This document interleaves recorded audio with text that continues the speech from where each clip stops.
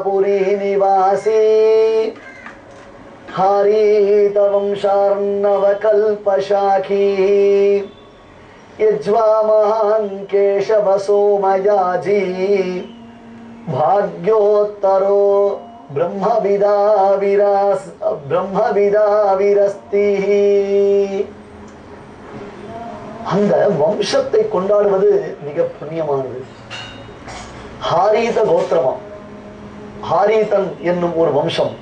ஸ்ரீமான் மகாபூதபுரி நிவாசி ஸ்ரீமன் மகாபூதபுரே ஸ்ரீமத் கேசவ யஜ்வனஹ காந்திமத்யாம் பிரசூதாய யதிராஜாய மங்களம். பெரியோர்கள் இந்த மங்களத்தை அப்படியே உவகையுடன் அனுசந்திப்பார்கள். ஏன் தெரியுமா? சுவாமியுடைய அவதாரத்தினாலே அந்த திவ்யக்ஷேத்திரத்திற்கே ஒரு பெருமை. சுவாமி முதலில் திவ்யக்ஷேத்திரத்தின் பெருமையை உணர வேண்டும். ஸ்ரீமன் மகாபூதபுரி நிவாசி, பூதபுரியில் வசிப்பவர். ஹரித வம்சார்ணவ கல்பசாகி, தங்களுடைய பிறப்பினால் தங்கள் குலத்திற்கு பெருமை உண்டாக வேண்டும். இது நிறைய பேருக்கு புரியவதே இல்லை. தங்கள் வம்சத்தை விளங்க செய்ய வேண்டும். நாம் பிறந்திருக்கிறோம் ஐயா, இந்த பிறப்பினால் குலத்திற்கு பெரும் பாக்கியம் கிடைத்திருக்கிறது. நாம் பெற்ற பாக்கியம் மட்டுமில்லாமல் நம்மால் இந்த குலத்திற்கு ஒரு பிரபாவம் உண்டாக வேண்டும், அந்த மனோபாவ சித்தி உண்டாக வேண்டும். யஜ்வா, யஜ்வா என்றால் யாகங்கள் செய்தவர். சோமயாஜி என்று இப்பொழுதுதானே சொன்னோம். சர்வக்ருது தீட்சிதர் இப்படித்தானே சொன்னோம். யஜ்வா மகான் கேசவ சோமயாஜி பாக்யோத்தரோ பிரம்மவிதாவிரஸ்தி, பிரம்மவித்துக்கள் சிறந்தவர். கீழே ஒரு விஷயம் சொன்னேன். யஜன யாஜன, அத்தியன அத்தியாபன, தான பிரதிகிரகம், இவையெல்லாம் அந்தணர்களுக்கு விதிக்கப்பட்ட தர்மானுஷ்டானம். யாகம் செய்வது, யாகம் செய்வித்து வைப்பது, செய்து வைப்பது. அத்தியனம் செய்வது, மற்றவர்களுக்கு அத்தியனம் செய்து வைப்பது. தான் தானம் வாங்குவது, மற்றவர்களுக்கு தானம் அளிப்பது. ஷட்கர்ம நிரதர்கள், 6 விதமான கர்மாக்களை செவ்வனே செய்து வருபவர்கள். தஸ்யாம் ச கஷ்சித் தரணி சுரேந்திரஹ சுவைஷ்ணவ கேசவ யஜ்வ நாமஹ, சுவைஷ்ணவ கேசவ யஜ்வ நாமஹ. கேசவ யஜ்வா ஆசீத் சமஸ்தாகம பாரவேதி, சமஸ்த ஆகம பாரவேதி, எல்லா விதமான ஆகமங்கள். ஆகமங்கள் என்றால் வேதங்கள், சாஸ்திரங்கள். தற்காலத்தில் சாஸ்திரம் படித்தவர்களுக்கும் மதிப்பில்லை, அந்த சாஸ்திரத்திற்கும் மதிப்பில்லை. அந்த காலத்தில் சாஸ்திரத்தை உணர்ந்த மகான்கள் இருந்தார்களே, அப்படி உலகத்தவர்கள் அவர்களை கொண்டாடினார்கள். ஆக்கியாழ்வானுடைய விஜயத்திற்காக யாமுனாச்சாரியர் சபைக்கு சென்ற பொழுது அரசன் இவர் மட்டும் ஜெயித்து விட்டால் தன் அரசில் பாதியை அளிக்கிறேன் என்று சொன்னானே, எத்தகையதொரு பண்டித பக்ஷபாதி வித்வத் கௌரவத்தை உடையவன் அரசன். இங்கே நாம் உணர வேண்டும்.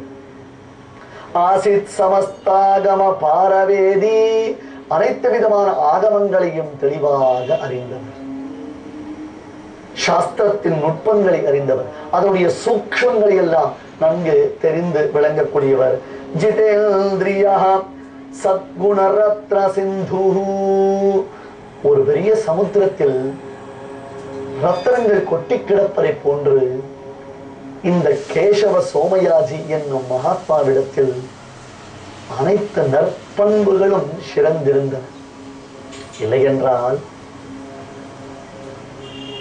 ஆதிசேஷன் தான் அவதாரம் செய்வதற்கு ஒரு தந்தையாக இவரை தேர்ந்தெடுத்திருப்பாரா? ஒரு சில இடங்களில் தந்தையார் மட்டும் நல்லவராய் இருக்கிறார், ஆனால் தாயாருடைய மனோபாவம் வேறு விதமாக இருக்கிறது. வேறு சில இடங்களில் தாயாருடைய மனோபாவம் மட்டும் சிறப்புற்று வழங்குகிறது, ஆனால் தந்தையார் நல்லவராக இல்லை. இப்படியெல்லாம் ஏற்படுகிறது. நம்மை போன்ற ஜீவர்கள் எல்லோரும் நம்முடைய தாய் தந்தையரை தேர்ந்தெடுத்து பிறக்கும் உரிமை பெற்றவர்களா? நமக்கு தெரியுமா? போன ஜென்மாவில் யார் வயிற்றில் பிறந்திருந்தோம், எப்படி பிறந்திருந்தோம், அல்லது யாருக்கு நாம் பிறப்பளித்திருக்கிறோம் தெரியுமா? தெரியாது. இந்த ஜென்மா இந்த ஜென்மாவில் நம்முடைய தாய் தந்தையரை நாம் நாடியிருக்கிறோம், அவர்களை வணங்குகிறோம், போற்றுகிறோம். அவர்களுக்கு நாம் நல்லவர்களாக இருந்தாலும் சரி, அல்லது நமக்கு அவர்கள் நல்லவர்களாக இருந்தாலும் சரி, அவர்தான் தாய், அவர்தான் தந்தை என்பதாக நாம் மகன் என்பதாக ஏற்றுக்கொண்டிருக்கிறோம். நம்மால் இந்த உறவை மாற்றிக்கொள்ள முடியுமோ? எதிர்பார்த்து பிறக்க முடியுமோ? காரணம் என்ன தெரியுமா? நம்முடைய பிறப்பு முழுக்க முழுக்க முழுக்க நாம் செய்யக்கூடிய புண்ணிய பாபங்களின் பலனாக உண்டாகின்றது. ஆனால் மகான்களுடைய பிறப்பு, அதற்கு பிறப்பு என்பது பெயர் இல்லை, அது அவதாரம். மகான்களுடைய பிறப்பு என்று சொல்லக்கூடாது, அவர்களுக்கு அவதாரம். அவதாரம் என்றால் பெருமாள் ராமன் கிருஷ்ணனாக தன்னை அவதாரம் செய்து கொண்டதை போல இவர்களும் அவதாரம் செய்கிறார்கள். வைகுண்ட லோகம் என்பது கர்மாக்கள் இல்லாத லோகம் சுவாமி, புண்ணிய பூமி. அந்த இடத்தில் புண்ணியம் பாபம் என்னும் எந்த விதமான கர்மாக்களும் கிடையாது. வைகுண்டத்திற்கு கீழாக பிரம்மலோகம் முதற்கொண்டு இதோ இருக்கிறது நம்முடைய பூலோகம்.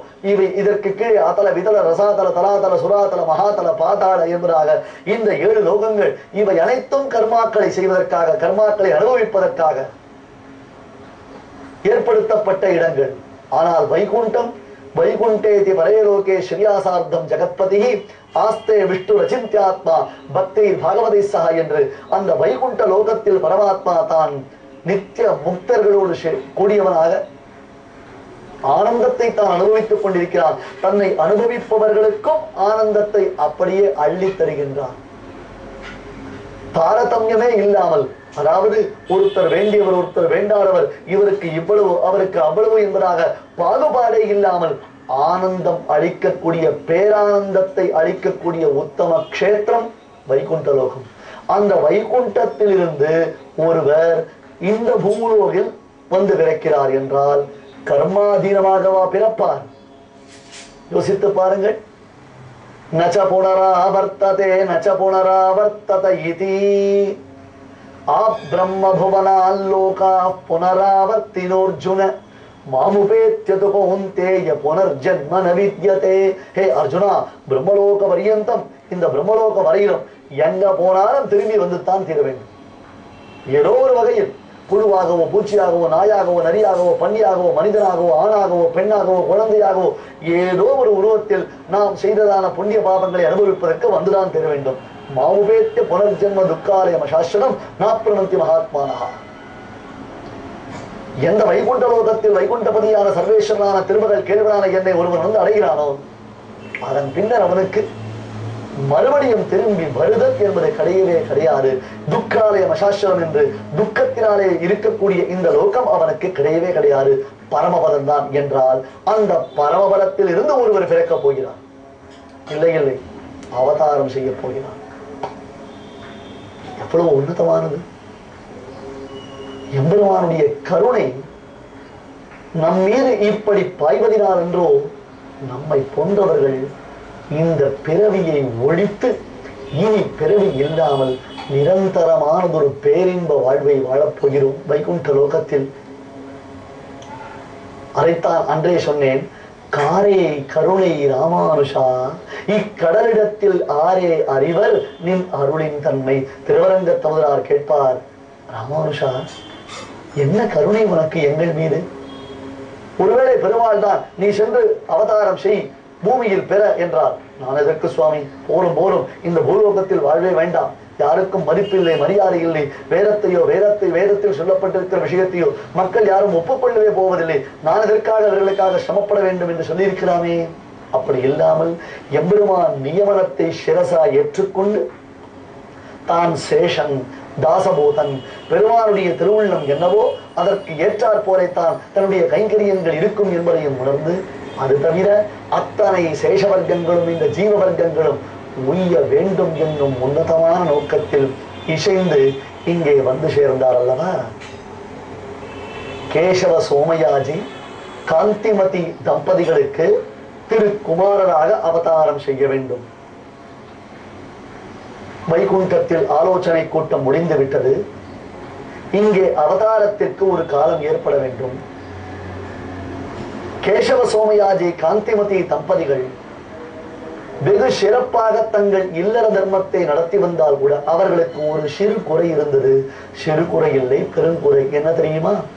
தங்களுக்கு புத்திர சந்ததி இல்லை, தங்களுக்கு மக்கட்பேறு இல்லை என்பதாக நினைத்து அதற்காக எம்பெருமானை தவிர்த்து வேறு யாரிடத்தில் பிரார்த்திப்பது? எல்லா விதமான புருஷார்த்தங்களையும் மங்களங்களையும் அருளுபவன் சர்வேஸ்வரன் தானே. எனவே அந்த தம்பதியர் பிருந்தாரண்ய கஷேத்திரம் என்னும் பெருமை வாய்ந்ததும் கைரவினி புஷ்கரணியின் கரையில் அமைந்திருப்பதும் திரு அல்லிக்கேணி என்று அன்புடன் அழைக்கப்படுவதும் புராணங்களில் பிரசித்தமானதும் ஒரு மூர்த்தி 5 மூர்த்தியாய் சேவை சாதிக்கக்கூடியதும் தன் குடும்பத்தாருடன் எம்பெருமான் அருள் பாலிக்கக்கூடிய அந்த பார்த்தசாரதி பெருமான் திருவருளை வேண்டி ஸ்ரீ பெரும்பூதூரிலிருந்து திருவல்லிக்கேணி கைரவினி புஷ்கரணியின் கரைக்கு வந்து சேர்ந்தார்கள். இங்கே புத்திரனை வேண்டி ஓர் யாகத்தை கேசவ சோமயாஜி நிகழ்த்தினார்.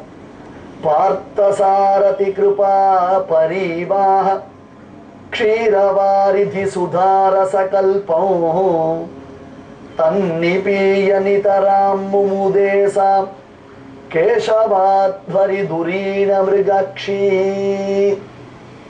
பார்த்தசாரதி பெருமானின் அனுகிரகத்தை வேண்டி ஓர் நல்லதொரு யாகத்தை செய்து அந்த யாகத்தில் பிரத்யக்ஷமாக சேவை சாதிக்கக்கூடிய பார்த்தசாரதி பெருமானை மனதினால் தியானித்துக் கொண்டு சமர்ப்பிக்கப்பட்ட ஹவிஸ் என்னும் மகாபிரசாதத்தை கேசவ சோமயாஜி தன் மனையாளுக்கு கொடுக்க பார்த்தசாரதி பெருமானுடைய அனுகிரகம் தனக்கு பலிக்கப் போகின்றது என்னும் பூரிப்புடன் உவகையுடன் மகா உத்தமியான அந்த பெண் அரசி பூமி பிராட்டி யாகத்தில் பகவானுக்கு சமர்ப்பிக்கப்பட்ட ஹவிஸ் என்னும் பிரசாதத்தை தான் அவள் உட்கொண்டாள்.